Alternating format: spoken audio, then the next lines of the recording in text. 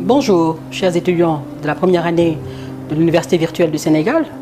Je suis Madame Djelia Yayawan. Je suis enseignante-chercheur à l'Université Assane V de Ziguinchor.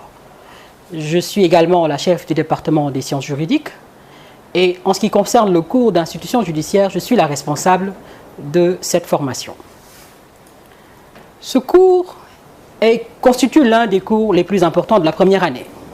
Il est essentiel dans votre cursus, puisque c'est grâce à cet enseignement que vous pourrez comprendre l'organisation des juridictions au niveau national, mais aussi au niveau des institutions communautaires, et enfin, on fera le point de la justice internationale.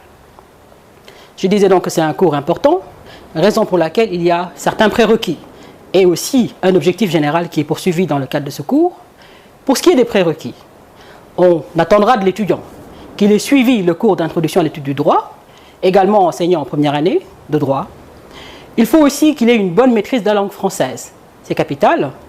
Ensuite, on attendra bien sûr de lui qu'il connaisse l'actualité, notamment juridique et judiciaire.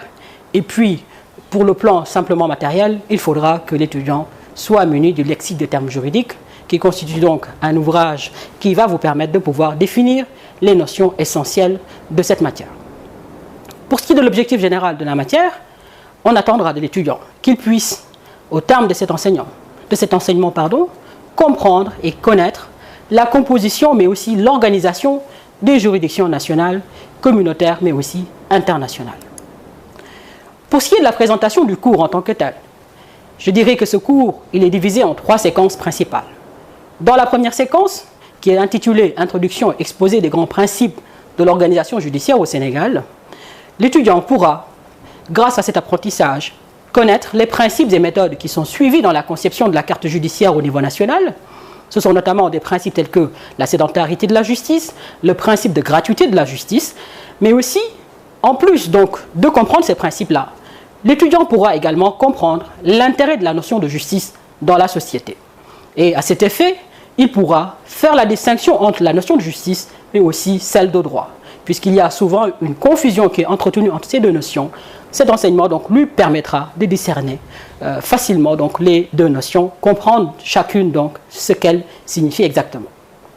Par la suite, on fera l'historique de la création des différentes juridictions nationales, et à cet effet, on pourra comprendre qu'il y a eu une succession de réformes au niveau, donc, au niveau judiciaire, réformes dont la dernière est celle qui est intervenue en 2014 et celle donc, qui permet de comprendre l'organisation actuelle des juridictions au niveau national. Enfin, l'étudiant pourra donc dans cette première séquence comprendre que la justice constitue une émanation de la démocratie et qu'en tant que telle, elle symbolise une avancée majeure des sociétés humaines. Donc c'est l'ensemble de ces notions qui seront visitées dans la première séquence du cours. Dans la deuxième séquence, nous allons étudier les juridictions nationales. Et les objectifs qui sont visés dans le cadre de ce cours, donc, qui portent donc sur la deuxième séquence, c'est de connaître le personnel judiciaire. Le personnel judiciaire, ce sont d'une part les auxiliaires de la justice, tels que les magistrats, les greffiers, et il y a ensuite les auxiliaires des justiciables, et par auxiliaires des justiciables, on entend bien sûr les membres des professions libérales, tels que les avocats, les huissiers et les notaires. Après l'étude du personnel judiciaire, on passera à l'examen des textes qui réglementent le statut de chacune de ces professions. Ainsi, donc, on verra, donc, à travers cette étude législative, les différents rôles, mais aussi les contraintes légales et réglementaires auxquelles donc, les membres de ces professions sont assujettis. Et pour ce qui est donc de l'organisation des juridictions au niveau national, on verra que la répartition qui était antérieurement applicable au terme de la loi de 1984 a été revue en profondeur donc grâce à la réforme qui est intervenue au travers de la loi 2014-26 du 3 novembre 2014.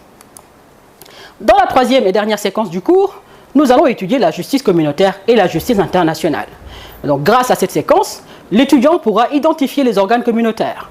OHADA, UMOA, CEDEAO. Bien sûr, ces différentes institutions font l'objet d'une étude détaillée dans d'autres matières, mais ici, on va faire peut-être une partie introductive sur ces institutions communautaires afin de comprendre les objectifs, mais aussi les règles d'organisation et de fonctionnement de ces institutions. Dans un second mouvement, on va s'intéresser spécifiquement aux organes qui ont été créés au sein de ces juridictions. de ces institutions, ce sont notamment la Cour commune de justice et d'arbitrage de l'OHADA. Il y aura ensuite la Cour de justice de la CEDEAO, la Cour des comptes de l'UMOA, Cour donc qui est compétente pour assurer la fiabilité des données budgétaires dans l'espace de l'Union. Dans un dernier mouvement, nous verrons donc la justice internationale. Ce sont notamment la Cour internationale de justice, la Cour pénale internationale, le tribunal pénal international pour le Rwanda.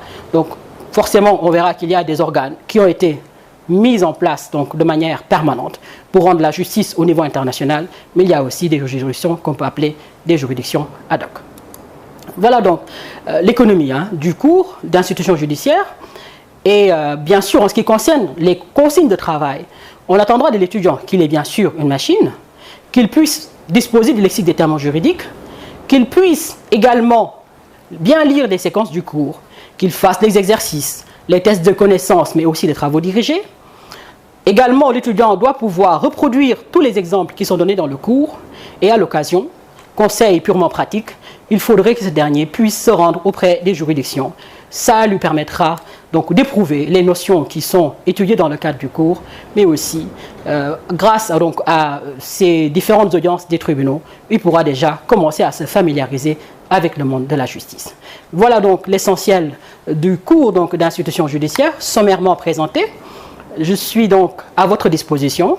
Vous pouvez toujours, si vous avez des questions, vous adresser au tuteur, mais vous avez aussi la liberté de m'envoyer un email si vous avez donc des demandes qui concernent ce cours. Je vous remercie de votre attention et je vous souhaite un bon apprentissage.